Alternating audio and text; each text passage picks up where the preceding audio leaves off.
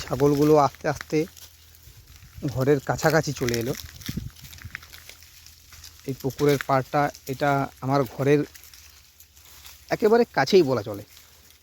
এই জায়গাতে গাছের পাতাগুলো আছে, এই পাতাগুলো খাবে, তারপরে তারা ঘরের দিকে যাবে।